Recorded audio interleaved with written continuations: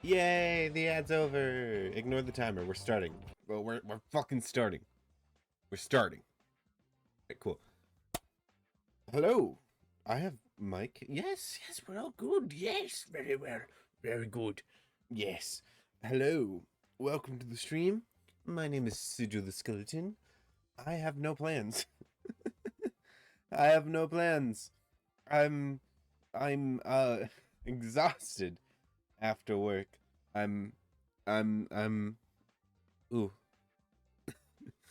I'm just mentally fatigued and a little bit physical.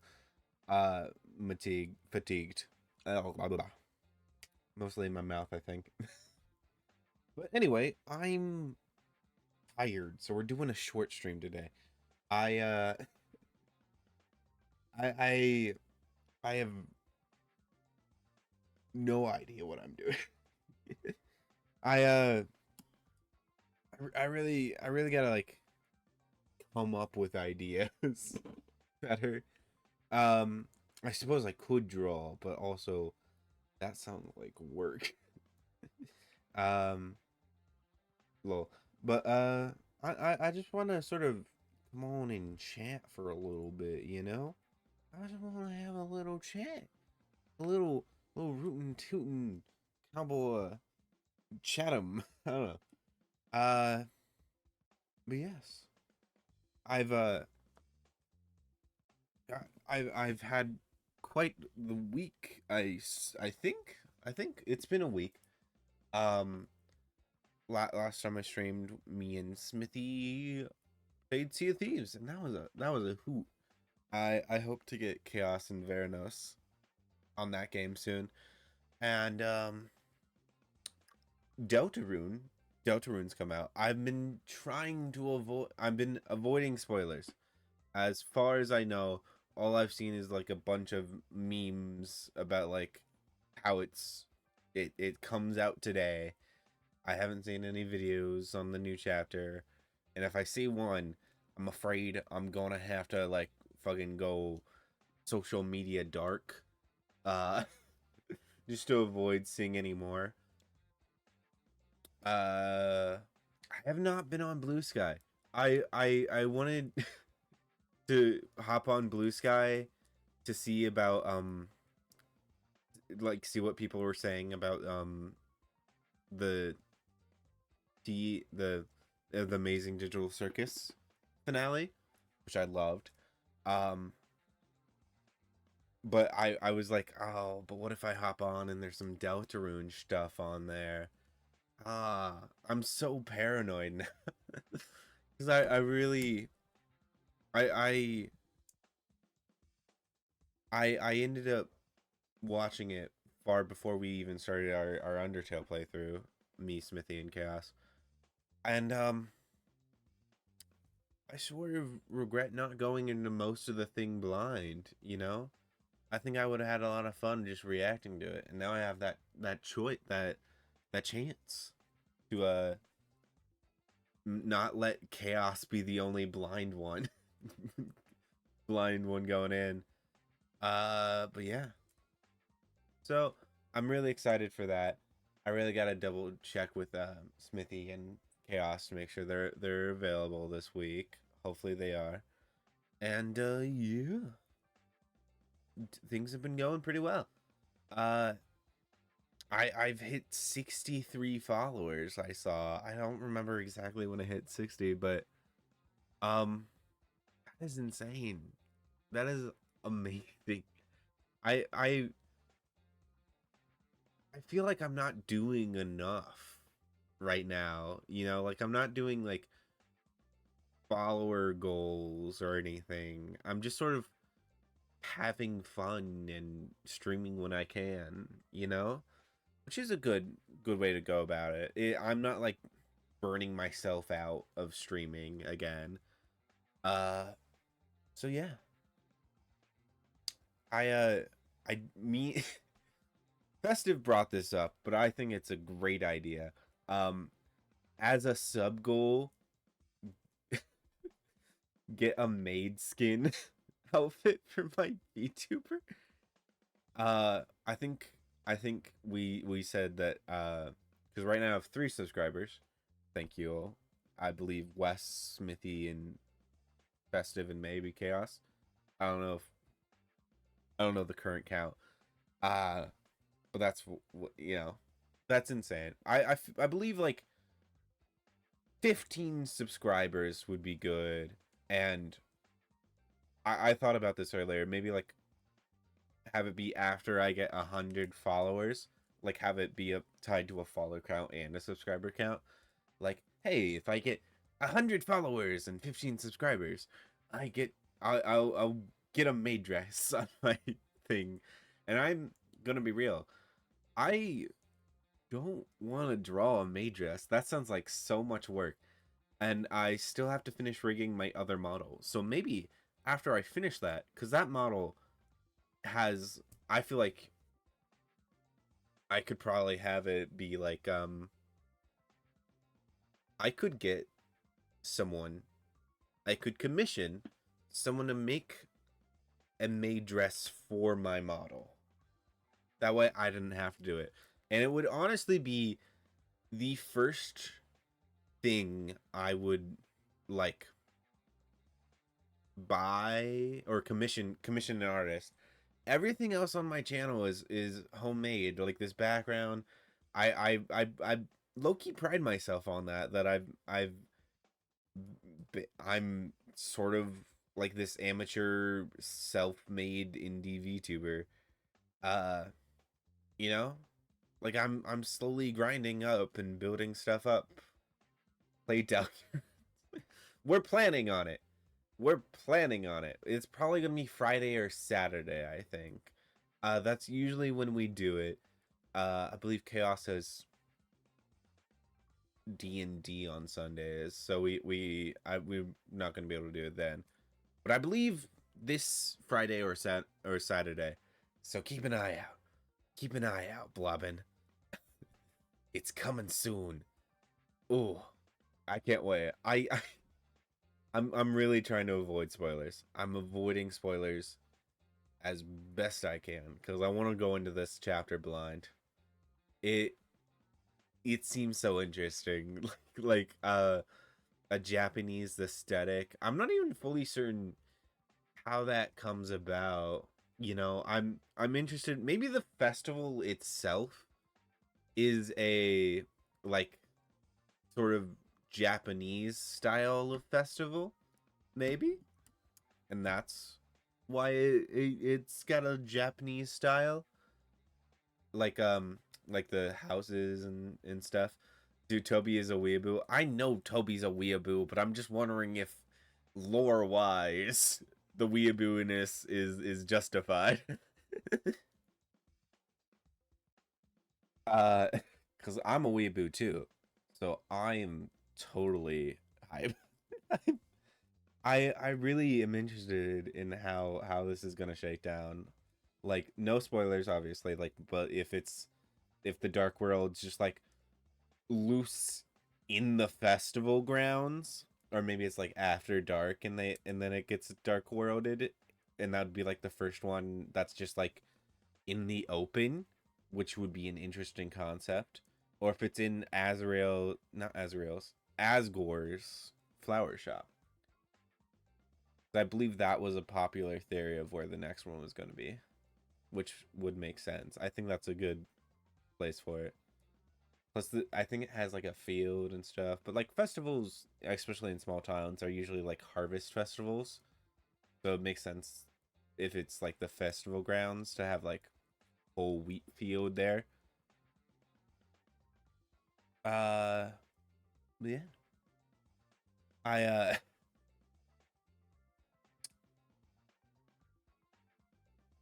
I don't know how to transfer. Anyway, I I kind of want to talk about the Amazing Digital Circus. So spoilers if you haven't seen the Amazing Digital Circus finale, because I fucking loved it. It was amazing. Me and my friends all like oh, it wasn't all my friends. It was me, Costa, Nomad, and Festive. Uh, I had me and Festive had like uh I forget who suggested it, but like suggested watching the finale in Discord together, and I brought it back up when Nomad and Costa were in the PC, and they hadn't seen Amazing Digital Circus, so we started from the very beginning of the Digital Circus show when we watched all of it from start to finish in the Discord. By the time the we all left, we binged it. We totally fucking binged it. It was amazing. We I don't know exactly how long it is. It's like 9 episodes. Each one is about 30 minutes, so 8 times 2, you know, so about wait, what? I don't think I don't think I calculated. Let's see. 30 times 8 is what I should say. Uh bro. Time in between, let it simmer. We were, I believe we were sort of like streaming them, but we were like talking about it. Like we were I feel like digesting it pretty well. Plus me and Festive had already seen it, so let's see. Plus there was a bit where we like took a large break so that people could like I don't know, go out and buy food, I think. Um let's see. I what was I doing? I was thinking I was trying to figure out how long we actually spent watching the Amazing Digital Circus. Uh so 30 minutes, so it'd be about 4 hours plus 5 uh for the final.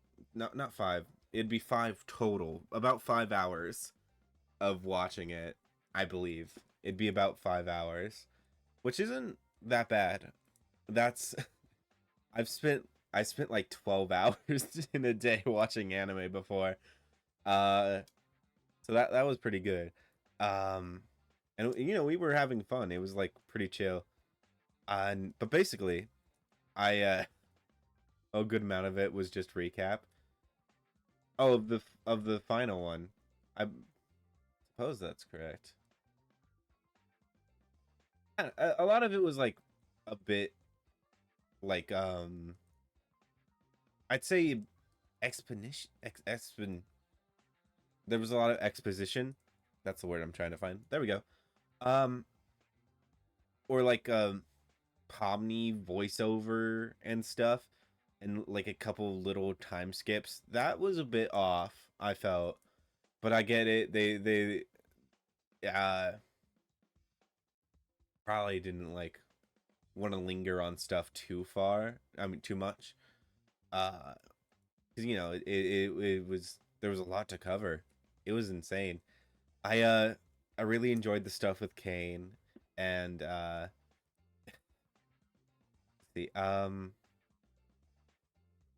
I wish I do wish that there was a lot more like dialogue between uh it did, to be honest, it felt rushed with the how on the nose things were. It did. I feel like I wish there was more dialogue between a lot more of the characters. There was a lot of just like silent moments, which makes sense after everything they just went through. But like it was I wish there was like a moment where Zubul went after Gangle, made sure they weren't alone, and was like, "Hey, got a lot of complex feelings you want to talk about?" I wish we were there to talk about the complex feelings. I wish we were there for that.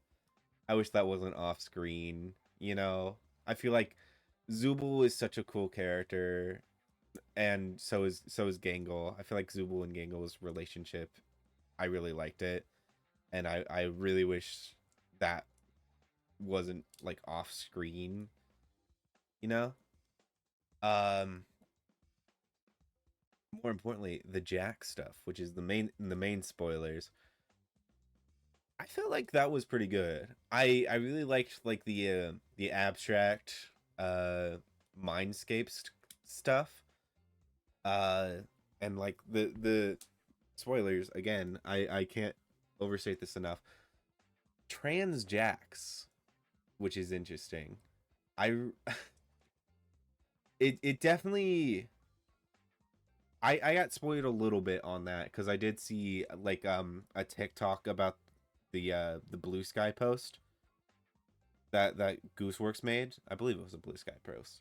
Anyway, sucks that the creator was forced to be burned out and to not make a series. Yeah, not make season 2. I really hope uh I really hope Gooseworks eventually returns to the series because they did. I feel like they left a lot of stuff open ended, which kind of sucks. As like like we were there for like 3 years to watch this story go down, so leaving stuff open ended kind of sucks. Like there was a lot of questions I had, like where did the blue orb go? How did like Gangle get into the circus? Because if you if you like think it through, Jax was homeless, so was Ribbit, and maybe Doug or Kaufmo. Maybe Kaufmo was like they sort of had like a dynamic that might have um I don't know. It seemed like Kaufmo and Ribbit got along very well, so maybe uh they were. I don't think they knew each other in the real world, but I think feel like they bonded well. So it made sure if Kaufmo had like I don't know was also homeless, it would make sense to me. To be honest, there will probably be aftermath content like from fans like Undertale that I am also looking forward for. And I kind of got I kind of want to write fanfic myself, which is nice about open-ended stuff. It gets the fan like the fans something to like latch on to and like use their own imagination and think of new stories after the fact. Like I think I was about to say, but like Gangle, I believe her whole story is just that she got hit by a truck and we don't know how she ended up in the circus. So maybe someone like scanned her brain like while she was recovering in the hospital in like a coma or something. So maybe someone out in the real world knows about what's going on in the circus and ported Gangle over there. That's an interesting concept. Um but like I think I'm assuming that. I'm guessing that cuz in the ending scene where they like have like the montage of people's life, it says they say Gangle recovered and like started actually posting her webcomic. So we don't know what she recovered from. We do know she got a lot of like hit by a truck imagery. I don't know if it's like imagery, but it was like pretty direct. Like after the fast food episode, and when they were being tortured by Kane, like the truck coming at her, it's pretty obvious she got hit by a truck, and we don't know what happened to her after that. Like the rest, you can get uh like Jax and Ribbit were runaways. Uh, Ragatha was a real estate agent, so she was probably um like like what's the word like reviewing the property, you know, and that's how she ended up putting the headset on and stuff like that. And Zubul and Pomni were like abandoned building explorers, you know? And they were the last two to get in there, I believe. Yeah. Maybe came into the virus and stole Gangle's brains again. That is an interesting. I I think it based on like the imagery of like Kane going to like the door that was like a cafe's free Wi-Fi or something to go online. I'd say that was his first time like going outside of his own realm, you know? Uh cuz that seemed like it was like a challenge for him to like create the little shapes to climb up to it. Like he had to manually path out the route to the Wi-Fi to search stuff up. Uh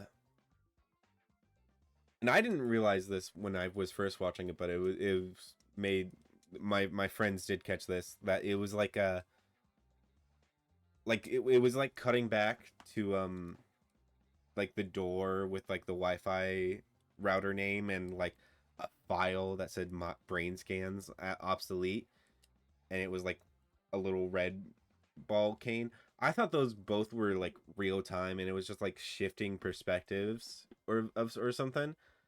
Uh, but no, that was apparently Kane in the past when he first got the brain scans to make them make the the program to make the bodies and stuff, and he brought Scratch into the circus, which is what that one scene with Scratch was about. I really thought that was happening in real time, but it wasn't. It was the past. It's the past. Uh, but yeah, I think for what we got, I think it's really good. I think it, I really loved the whole story, and I really wish there was. It kind of sucks that the extracted people didn't get brought back, especially Jax. But it does leave things open. One for fan works, like you said, and also maybe a season two down the line. I'm sure, like Gooseworks, they're talented, but this was like actually, as I recall, Glitch wanted asked them to come up with a concept specifically for a 3D rendered show, but Gooseworks main medium is like properly animated shows. Like I believe they had a pilot or something, like a pilot cartoon that they never got off the ground, but it's on their channel, I believe, if you search up Gooseworks. I haven't watched it personally, but as I recall, they're an animator, and they were basically just a writer, and I believe they also did storyboards for the Amazing Digital Circus. So it'd be cool if they like, now that Glitch is doing 2D animation as well, if uh Gooseworks got their own 2D animated show, and eventually maybe after that finished, they came back to the Amazing Digital Circus once things have like chilled online and they aren't getting death threats anymore, which is crazy of a thing that happened. Uh it is insane how well that blew up. I almost say it was like, first off, fuck J.K. Rowling, but it was like almost like as popular as Harry Potter in a way. At least in like that Harry Potter has a lot more like traction, you know? But like just it was like a media sensation, you know? Uh to me it's obvious that abstracting can be reversed with love bullshit. I think I think it definitely helps. Like I'm really interested what would have happened if Jax's abstraction didn't like bump into those rogue fucking flashbangs. Like it made for a great scene, but it did seem like, oh, you could have had a love ex machina sort of Deus ex machina where Jax just reforms into herself or themselves. Uh no, either works. I believe they said that their pronoun Goosework said that Jax uses all pronouns. If a season 2 happened, it seems like it would be a slice of life with no antagonist or just trying to cure abstraction. Maybe. That'd be interesting. Um I feel like you could totally either one make the blue AI, or I believe the fans call it Able. I don't know if that was like officially stated, but Abel works. If Abel comes back as a bad guy, or I feel like you could make an antagonist. Plus, Kane wasn't. He was like the antagonist. I think in just like he was a redeemable antagonist. So it'd be interesting to get an unredeemable protagonist in here. You know? I mean, abstraction is just trauma and losing sanity, so it's perfectly doable. Yeah, I think it's doable. Um, but it's also like your sense of self is completely lost. So I think it'd be cool if they like had one like helping like a therapy session like Pomni did with Jax, where they like help them calm down and then uh like go into their psyche and help them. But I think it also, I don't know, it'd make sense to me if they had it so like the files were corrupted and you like Kinger and Kane had to like sort that out. It'd be hard to make that cinematic and doable, but I think that would also work perfectly. Like just to add a little bit of a push to like reset their mind files to like to to a new body or something. I'm To me, Bubble was just a manifestation of the blue eye. I I sort of agree. I I think that it was Bubble was like a creation of Kane, and the only other like AI that he made, other than like the ones in the circus, like the moon and stuff, that really was on all the time, you know? And it's weird that Bubble didn't come back after he got rid of the blue eye. So that, I feel like that has to be something, you know? My only other thought would be like looping back to like the Gangle was like put in there by someone else. What if Bubble was like being controlled by someone outside of the circus, like in the real world? This is my film theory ass thing that I don't know. It makes sense to me cuz like one, the building has to be still like powered and like being sent power to the computer, and computers get worse over time, but like the amazing digital circus has like no run problems. Like it has a few glitches that are more like just like code based because they're made by an AI maybe. But like how Kane has like problems with cubes and it like creates collision and sends things flying. Uh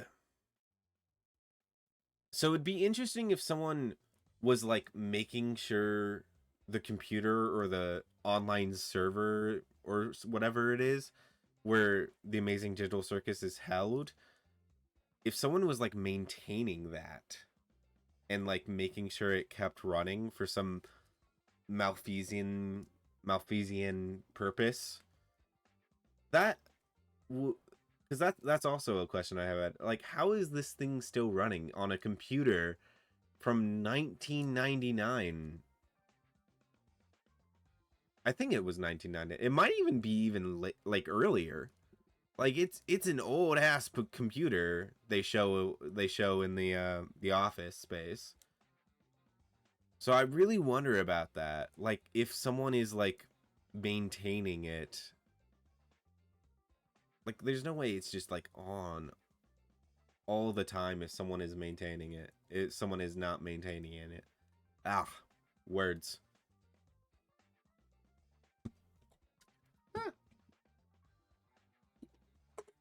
I'm out of Gatorade. This is the worst thing to happen to me today. What? Anyway, I really I I truly love the concept of Jax as like a good representation of internalized transphobia. I think that that's a cool concept to like show the world, and it definitely I definitely have been like thinking about it a lot, and like my own personal gender journey and how I think I'm still a bit on it, you know?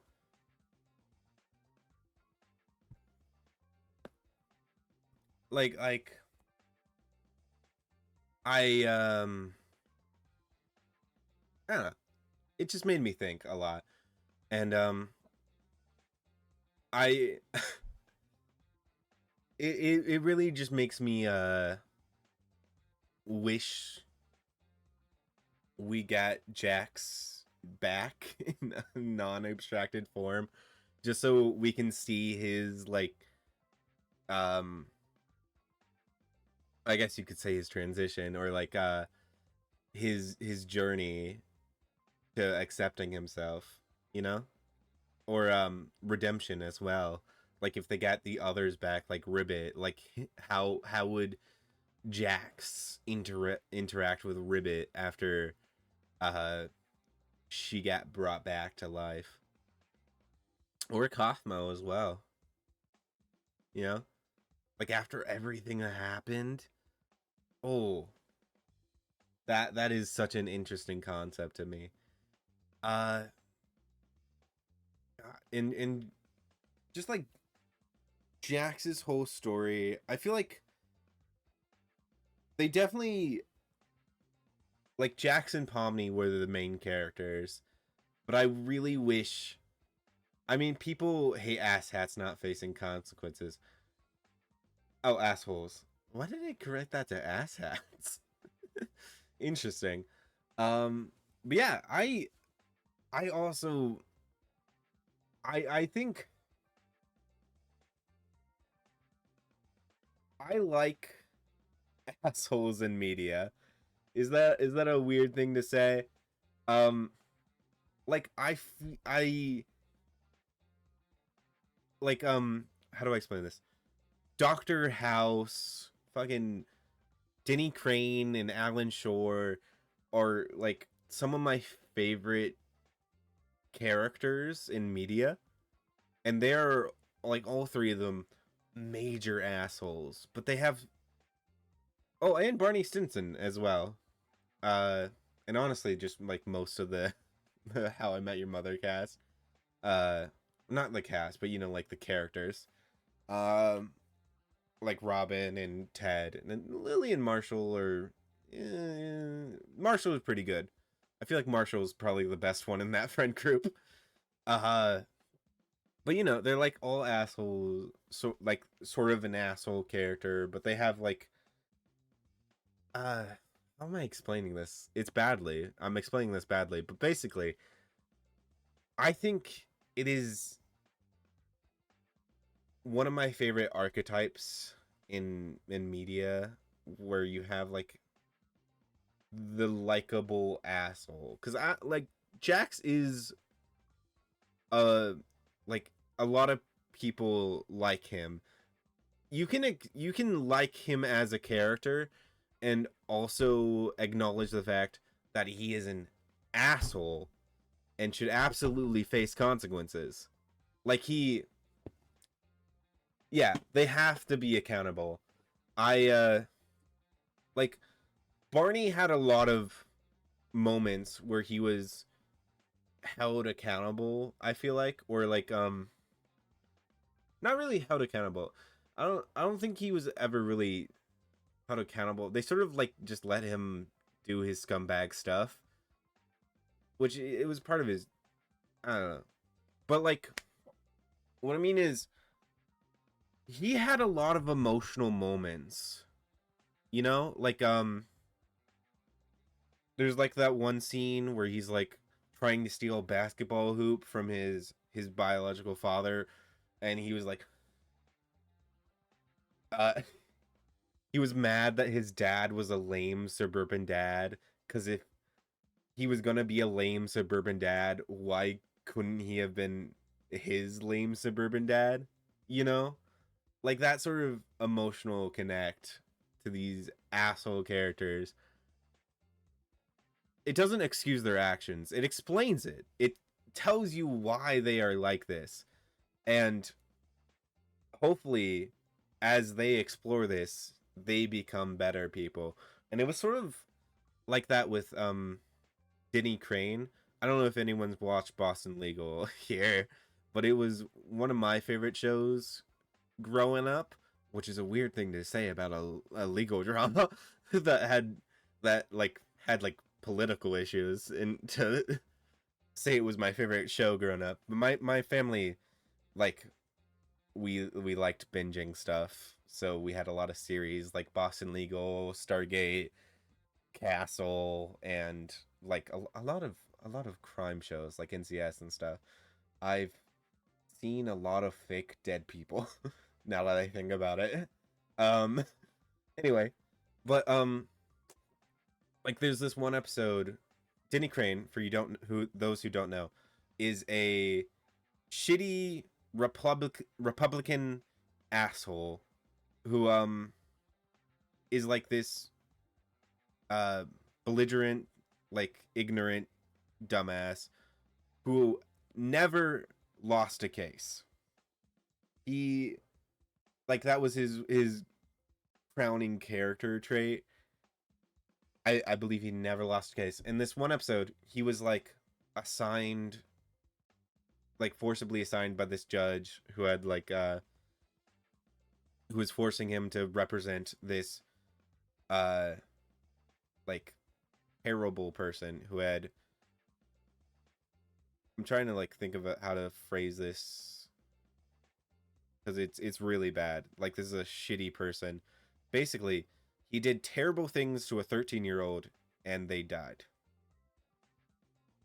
And Denny Crane, even though he was a shitty person, like a lawyer with like he's said like throughout the show he's said like racist shit and like sexist shit, hella sexist shit. He is like a like a bit of a sexual, like, what's the word, harasser in the workplace, which he runs the law firm, which hopefully like is a bit fucked up. Is really fucked up. But basically, he has this one episode where he is forced to defend this horrible person, and he refuses to do it. And at one point, he even like shoots the dude in the kneecaps. Like he's a big gun owner, and he just has like guns with him all the time. And he ends up, you're a TikTok viewer, you've probably seen this clip where he shoots the guy in the kneecap. He shoots him once, he's like, oh, it was an accident, and then he shoots him twice. And the guard's like Russian, and he was like, he came at me, yeah, he's insane. Uh and then there's like a real harsh, like solemn moment where he's talking to Alan Shore, his friend, uh and he's like, I do not want, I like this this is after you find out he's had like has like mad cow disease and is gonna get like Alzheimer's and die eventually. Like he's like an elder, like a bit of an older case.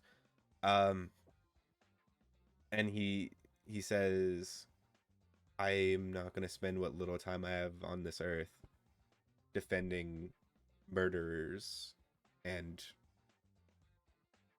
essayers, basically. I don't know if saying that word will get me banned or not. So I'm a he is part of a yeah, we go. Are you talking about Frasier or or Denny Crane?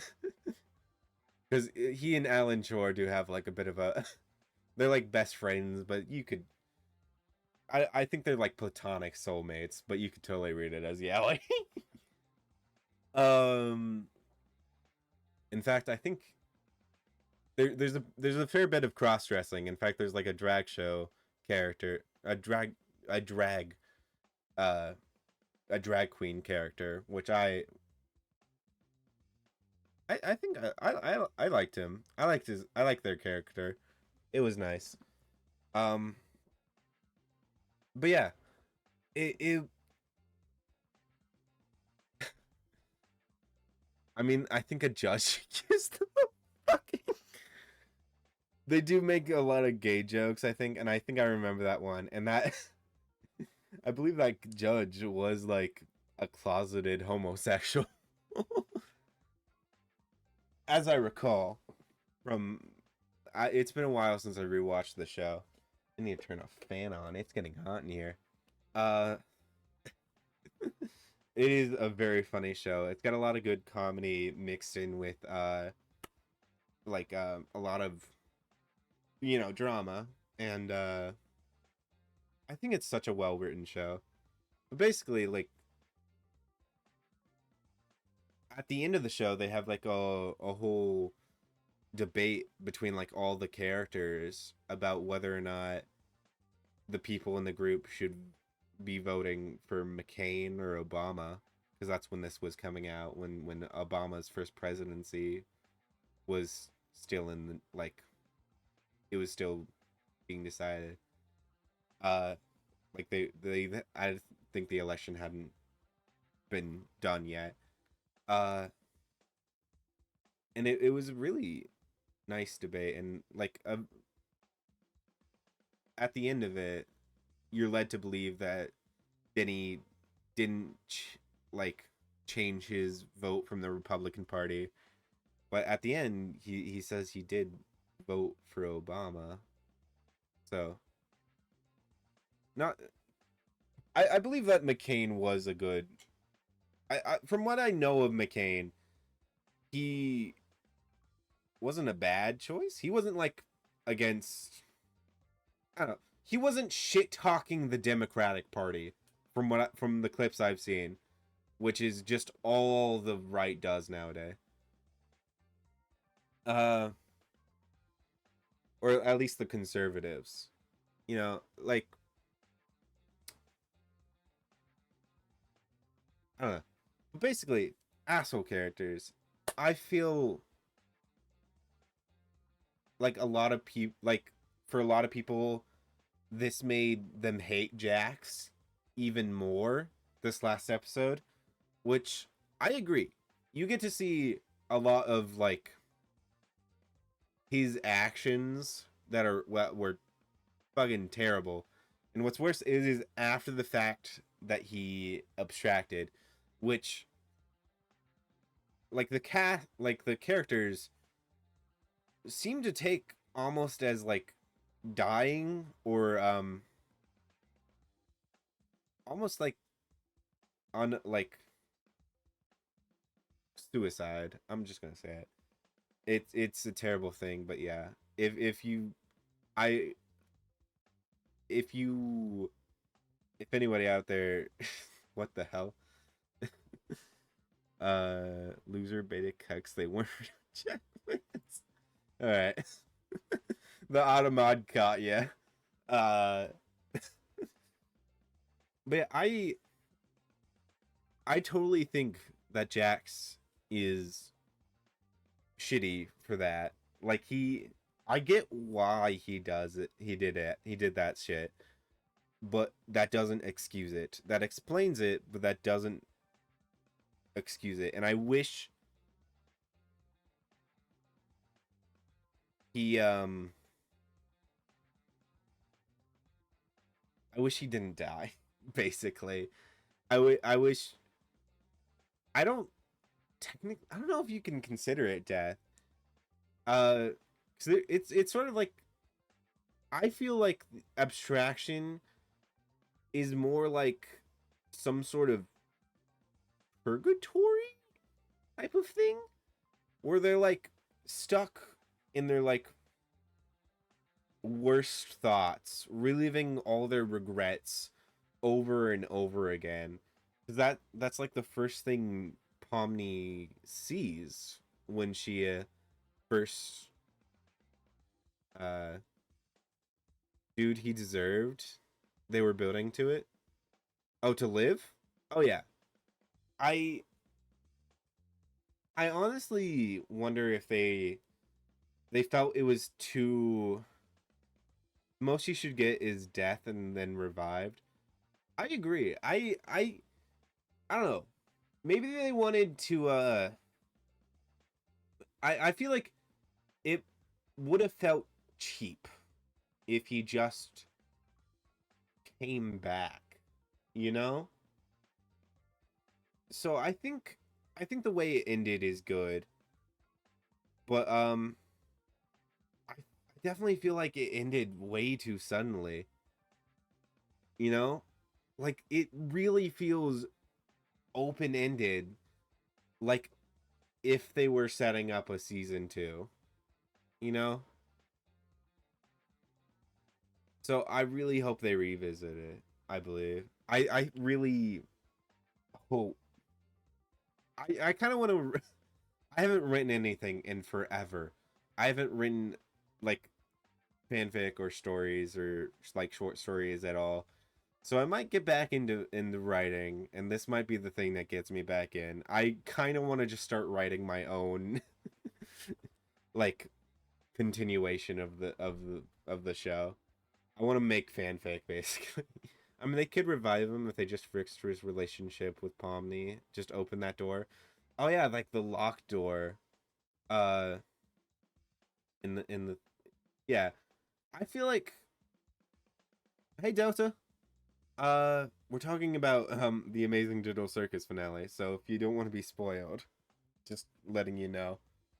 Um, yeah, I really wish there was more to that ending. It I feel like it wrapped up nicely with like Kane joining the group. Yeah, perfect pilot. Pomni. Oh yeah. Uh, the locked door is most likely Pomni extracted. I I heard like one thing that that door is uh like the like trans Jax is locked behind that door. Uh, but I don't recall how many doors there were, but I feel like there were 5, maybe 6. I don't know. Uh, but like the piano Jax didn't get a door, and he seemed like the most I don't know, like childlike maybe, like he was like chained down, so maybe he was the like the like what do you call them, like personas or something. Well, 3 of the 4 doors that were present were abstractions. Yeah, yeah. Like after effects of if of each character being no Transjax wasn't the one in the main outfit, I don't believe. He was the main outfit Jax was like the main uh transphobia Jax? Or they were like very sexist and stuff. Like they kept and like homophobic. Like they kept making they were the one that were making like uh remarks that were like reality's gay, and I believe they said the F word at one point and that was the thing that was blurred out. And they made that remark about like women shouldn't have opinions and stuff. So they were like I feel like the prejudices that were like part of the prejudices that were like holding Jax down. I don't know. Ego stuff is so hard to like keep track of because they're so hard to like nail down as like one specific thing. Let's see. I think the door where they were all like chained down, Jax's door. What? Where they were all chained down, Jax's door. Okay. Piano Jax is just the Incensoed vulnerability Jax. Still has. Ah, yeah. I could believe that. I could see that that's him is like sort of a like chained down side, like his vulnerability. It's like kept in check, you know, just to like performative vulnerability a little bit. Uh, like the piano playing being performative, that could be a parallel. And like that was the Jax that gave Pomni the key. So that would probably be the part of his like full persona that got drawn to Pomni during the gun episode, or like opened up to her.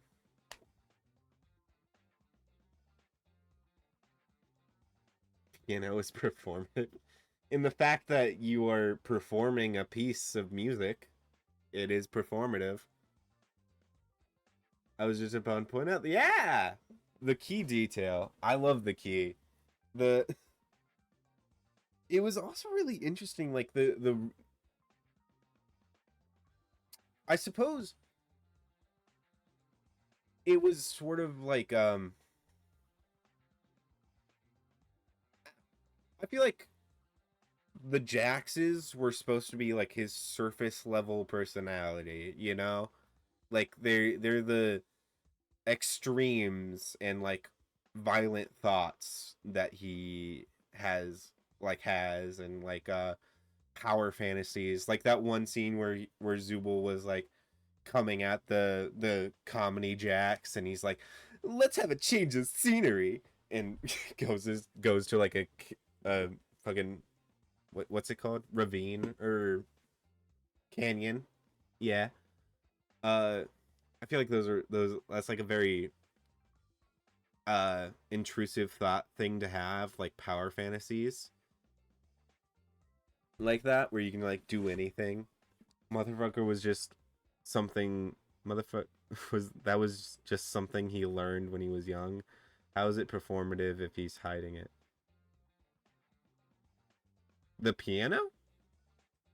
Oh, not the piano itself, like the that Jax is maybe I'm using performative wrong, but basically that Jax aspect, we'll call it, was just uh he was like kept in check, he was locked down, so he was only really shown to other people as like a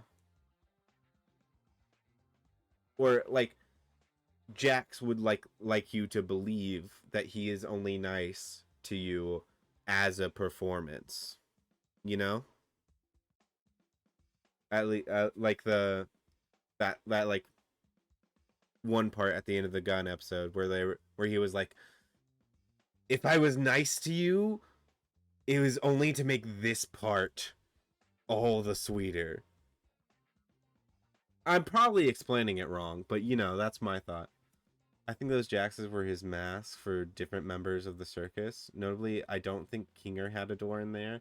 The door was with all of them was like if I abstracted type of door, and the actual more Jax had the key beyond. That's how I see it. Maybe. I think I get what you're saying. Um, like the,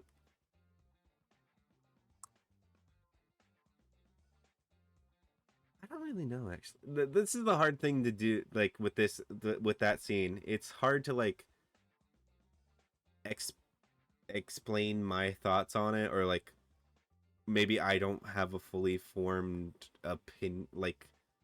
fully formed thought on what I truly think that is.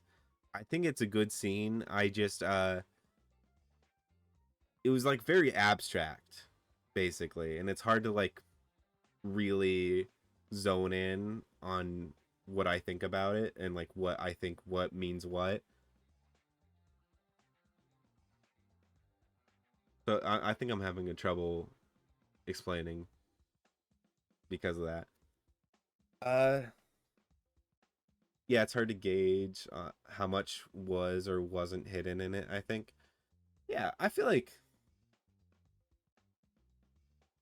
I don't know much about like ego and identity in like in like psychology, but I could probably look into it and it would probably help me like know what the hell was going on a bit better. uh, but I do think like your idea of like them being his masks of like how he interacts with each person or like how he would perceive himself in different scenarios. Nah, it's just how the different characters affect him. The reason Keener does it is, I don't think that's true. I don't know about that. I think I'm not sure if the like the abstraction scenarios are all of that important as to as opposed to like what each Jax did in response to those abstraction scenarios.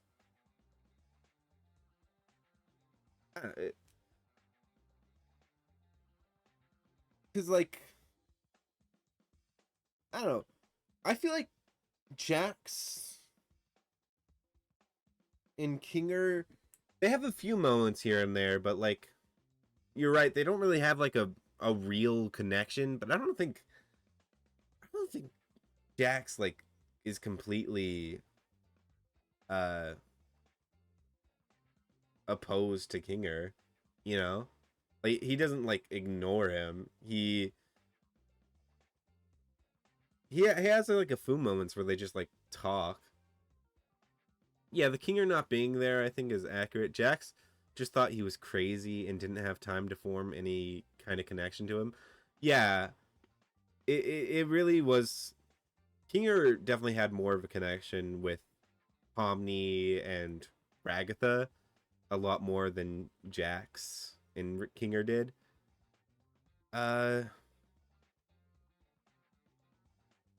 huh, it's an interesting thing to think about. I totally forget that Kinger wasn't even mentioned in that part. He definitely had like a real uh background effect on that episode, didn't he? He's just sort of there. Like the most he did was teach Pomni how to summon like little planes and the rest of the crew to like patch the holes. He didn't really have any like bigger parts beyond that, except for that like one part in the aquarium area. Inga was a punching bag. Zubul was a rival to Jax. Ragatha was the only reason he cared at all. Dingle was a punching bag. Zubul was a rival. Huh. That makes sense. I do think Gangle was definitely he definitely saw Gangle as more of a toy or something to push around. Just someone he could have control over, which was something he was sorely missing in his life. Ragatha, I think Ragatha, the reason why he had that like uh that one persona for Ragatha's abstraction was because like she was the only real thing that like tied him to his past of Ribbit and Kaufmo. Like she was the only one really left who knew sort of what was going on. And because like you said, Kingers was crazy, and the others didn't really know Ribbit and Kaufmo like he did. Zubul, I feel like Zubul was like an adversary to Jax, definitely like a rival. I feel like that explains the relationship pretty well. Um,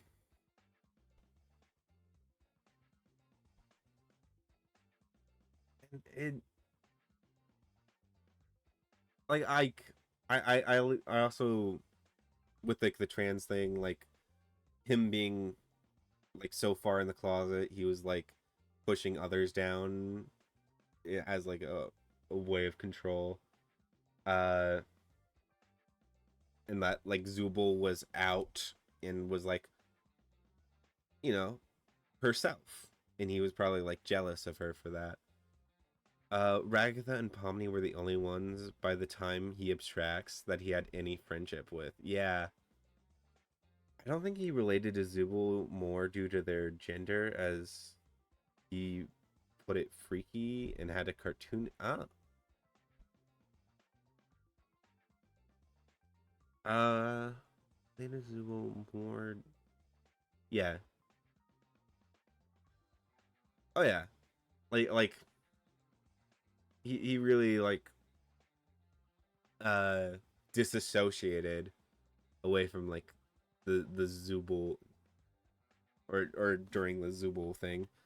Like that was very uh what's the word? Removed from reality.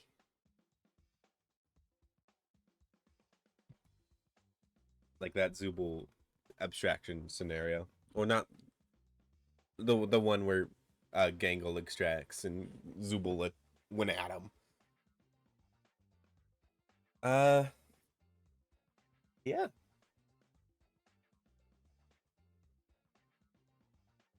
I think that's just about all I had to say on the topic. I really enjoyed the show. Uh, I'm excited to see what the community makes. Like if there's a lot more a like AUs after this or and stuff. The reason Pomni's door was probably locked was because it would have been instant interaction with her being the newest, and he was vulnerable with it being Ribbit, Clown, and Pomni. Yeah, I'm really interested to know what the scenario would have been behind that door. Like it was usually like a one-on-one convo or like altercation he had in the scenarios. So it would have probably been Ragatha coming up to him and like maybe yeah, maybe he would have been super vulnerable during that part and it would have been like the piano jacks. Like maybe Ragatha, like maybe the scenario would be like Ragatha finding him like curled up in a corner and crying. We're not curled up, but like neat, like sitting in a corner and like holding back the tears and stuff like that. In his mind, he can't exist without Pomni. I could see that. Yeah, I think he definitely formed a strong relationship with Pomni. Whether he liked, I rather whether he knew it or not. Pomni was the one who like tried to help him and like regardless of her own safety because afterwards she was like glitching out real bad. um like they had a connection. He just couldn't believe that someone would go through all that trouble for him and bring him out of like the pit. That is also a thing I remembered. Um, like the imagery of like of Pomni falling and like being saved by the other uh characters, and then like there's like a moment where it shows like Jax falling down that pit, and I can't remember if they like cut back to it to see Pomni grabbing his arm, but maybe. I think it goes further than that. Just the clown bit, but like when it was the instant mask he puts on when she asks him what he'd do if he had distracted. The lie was forget. The truth was utter crash out. I could believe that. If you were forced to open it, I guess you could make it be black hole since it just consumes everything else. Hmm. Oh yeah, because you can't exist without Pomni. Interesting. Uh, yeah, like the imagery of like just you falling, like the Jax and Pomni falling into the pit, and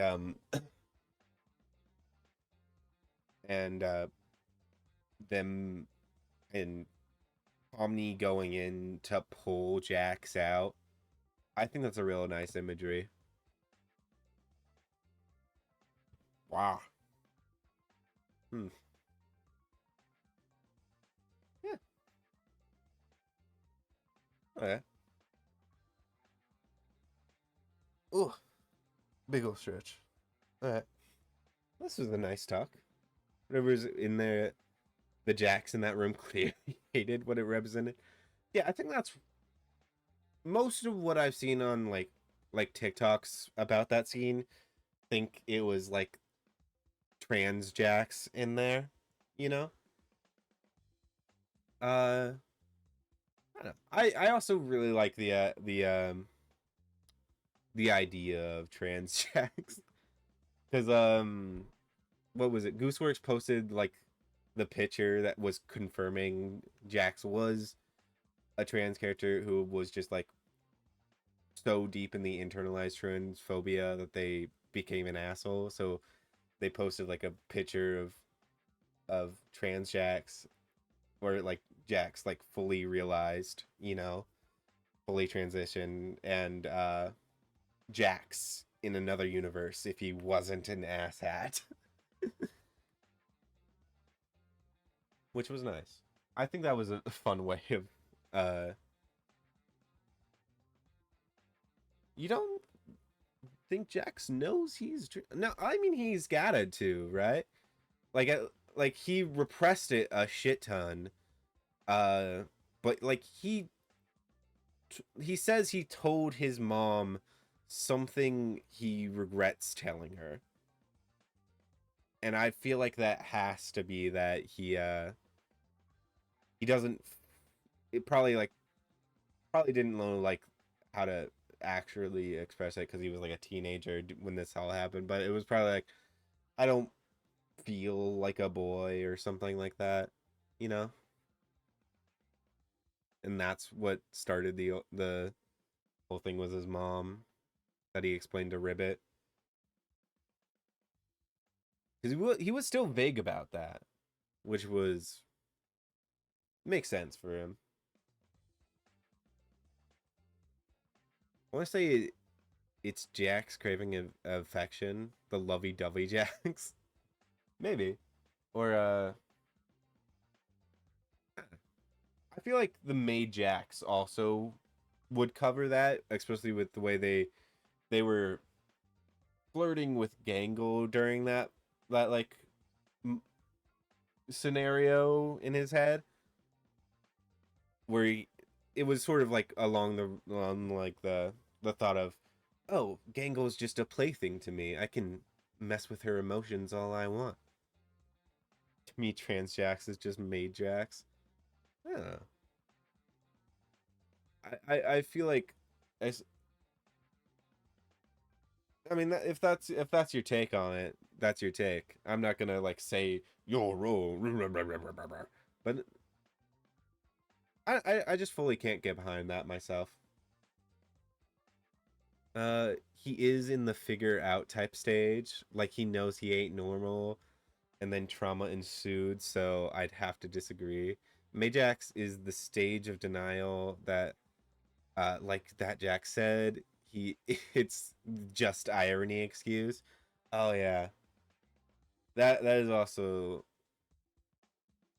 he did do that. Like the uh well, I'm doing it ironically. So that way people know I don't actually it doesn't actually bother me.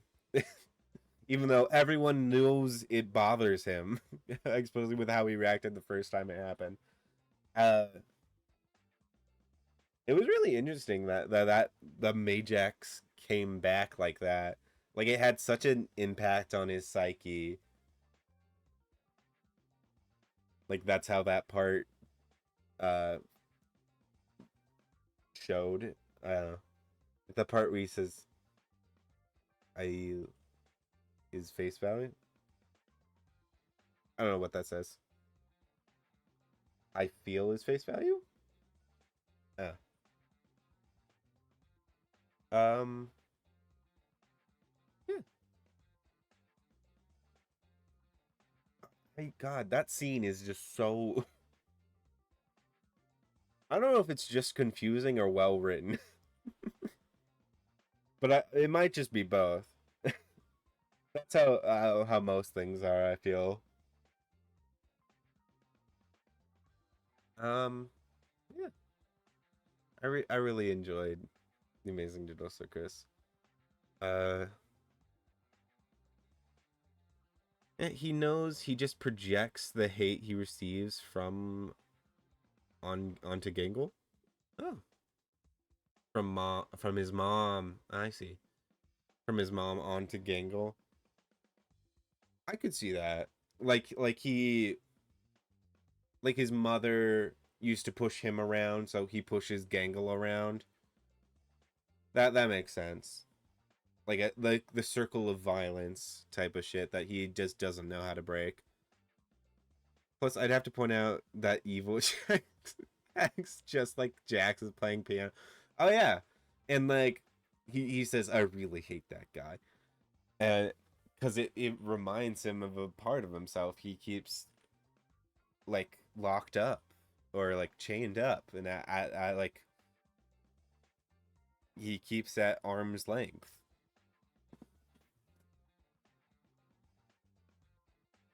That is really interesting. All right.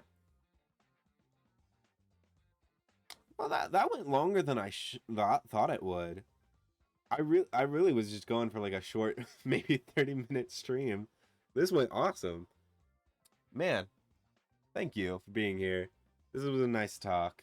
I think I'm gonna end it here.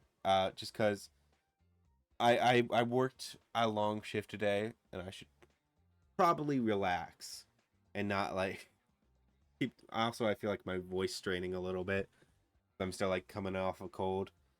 On a UN related, what? Unrelated. Personally, the colors of the model on the model are only serviceable. The eyes and jacket could change to the same color. But you talking about my model?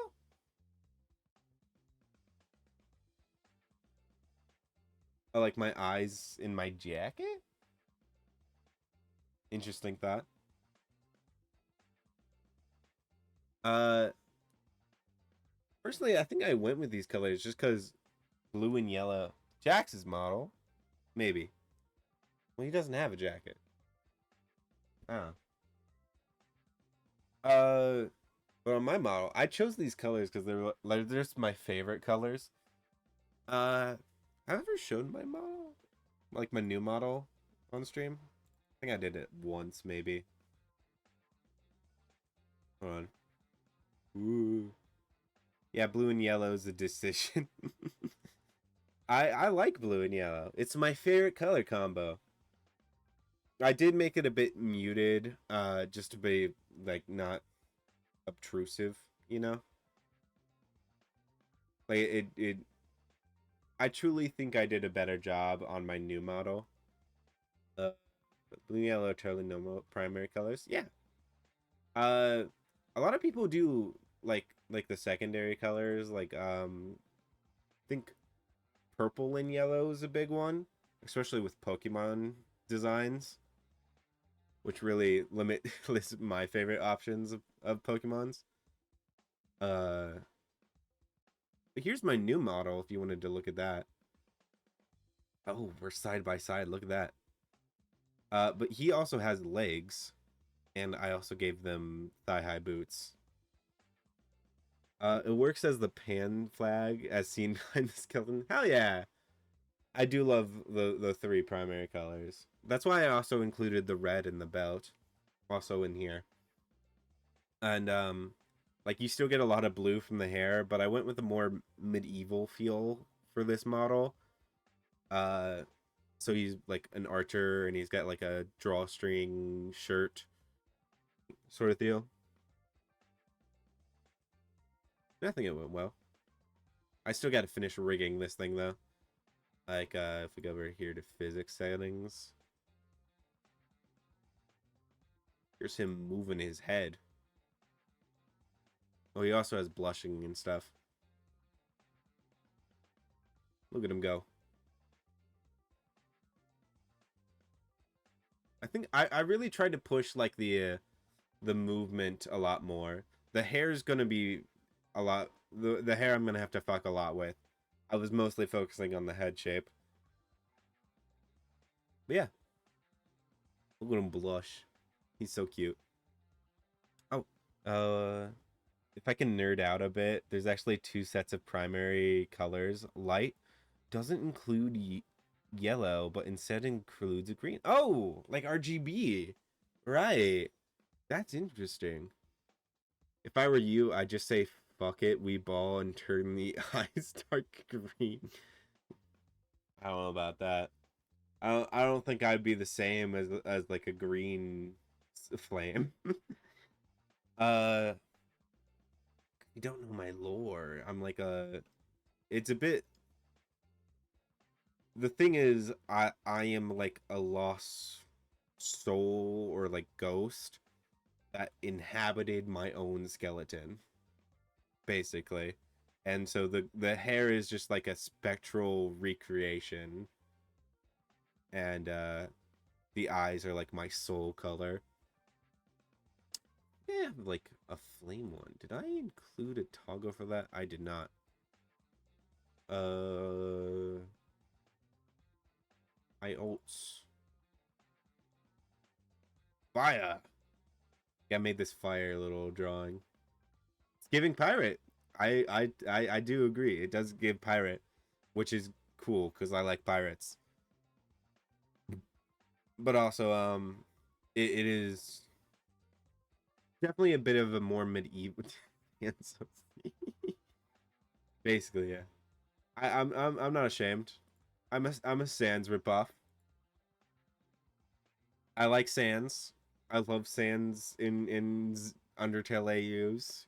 So I made my OC, my Art Sona skeleton, and it sort of evolved into this. And I love him. You know, I really gotta finish writing this. It's just a lot of work. Make him bald. I do want to turn that into a toggle. Hold on, I can turn off the hair. There's bald boy. Bald. Why legs so long? Giving seduction. Oh, I think that's mainly just the boot. I also, I am high waisted in real life, so I made him high waisted, so the pants go up, so it makes the legs look longer. But yeah, I really wanted to make sure the head shape was right, so I could have like a channel redeem where you could make me bald, nor nerf the forehead. Never.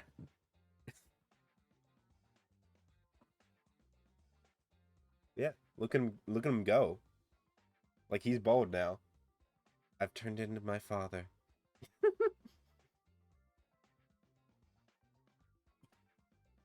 Yeah. I'm really excited to finish this because I also added a lot. Like eyebrows are new. If you look at my current one, he doesn't have eyebrows. I don't know why that one's so fucked up. I'm gonna have to fix that. What is going on with that? I think there was an eyebrow brow. Okay. Weird. I don't know what happened to that. I'm gonna have to fix that. But later. Oh, that's about normal. Interesting. Hmm. Is it just me or is he taller than it is? Is it tall? Is it taller than it is wide? That is usually how people work. I'm gonna be real. He is very tall and not as wide, which I don't know. I think that's just how I draw people. Unfortunately, I don't draw very wide people. What? I'm at the head. It should be a circle. Oh, well, actually, not if you have chin. So the way I draw heads is the Loomis method, which if you don't know, it starts with the circle on the top, and then like so like if you think about it, like the circle is like the main skull part, and then you would like draw a line down to the chin and like stretch that back up to the circle to connect, and that'd be like the whole chin part. So technically the circle would only like reach to like around like just under your nose, I believe. Sniper's dream. Oh yeah. Yeah. I also made the hair a lot better. The hair on my model is just so. Hold on, can I like zoom in? Like this was my first attempt on like hair on a VTube model. It's not bad by any means. It's just like uh it's messy. It's also very small. I basically cut the same shape. I just added it and like made it fuller, basically. Looks pretty sweet, my friends. Thank you. Thank you very much. Whoa. And we're back. Alright. Oh, I believe with that. Can you give a jawline to the mask? It sort of does have a jawline. I think it's actually pretty chiseled. Like if you turn here, you can see the jaw.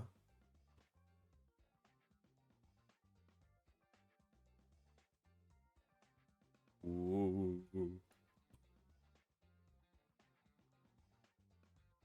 Like you got the curve. Yeah. I also kept it pretty rounded. It's got a pretty sans jawline, not gonna lie. Yeah. Yeah. I think I also got a bit of rounded face.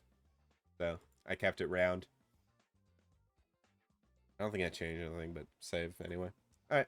So I think with that, I will bid you lost souls farewell. Thank you for being here. I really appreciate it. You guys have been awesome. Festive, you're not the first. This is lies and deceit.